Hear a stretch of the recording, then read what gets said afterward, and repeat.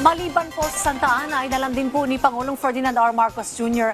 ang sitwasyon po ng mga evacuees sa San Mateo, Rizal. Tiniyak naman ng Municipal Health Office ng San Mateo na mahigpit nilang imomonitor ang kalusugan ng mga evacuees, lalo't may ilan na raw ang nagkakasakit. Si Bernard Ferrer sa report.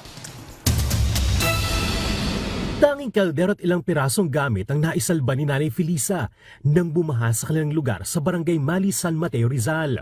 Nabasa ang lahat ng kanilang gamit matapos umabot hanggang dibdib ang baha sa kanilang bahay. Wala silang nagawa ng kanyang 8 taong gulang na apo kundi magpunta na lang sa evacuation center. Wala po natirang gamit sa amin na tuyo. Lahat po ng gamit namin nakatumba. Kaya po ako nagpa-interview para pagka po naganood ng TV yung mga kapatid ko, nasa Bulacan po kasi lahat ng pamilya ko. Makita nila na alam po nila na binaha po kami dito. Tanging kasama ni Nanay Felisa ang kanyang apo matapos pumanaw ang kanyang asawa at anak. Mahirapan siyang magsimula matapos masira ang kanyang kabuhayan na pagluluto ng pagkain. Pero nabuhay ng loob si Nanay Felisa nang makita niya si Pangulong Ferdinand R. Marcos Jr. na bumisita sa Mali Elementary School. Papasalamat na nga po kami.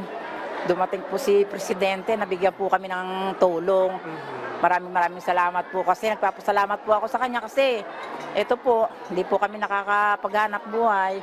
Pero pag uwi po namin sa aming tahanan, pero po kaming kakainin. Personal na inalam ng Pangulo ang kalagayan ng evacuees at nakipag-usap sa mga opisyal ng pamahalaan. Kabilang sina DSWD Secretary Rex Gatchalian, DOH Secretary Teodoro Herbosa, DA Secretary Francisco Chu Laurel Jr., DPWH Secretary Manuel Bonoan, at Rizal Governor Nina Inares. Ayon sa DSWD, nasa 546 na pamilya o katumbas ng 2,102 individual ang nabigyan ng tulong gaya ng relief goods at hygiene kits.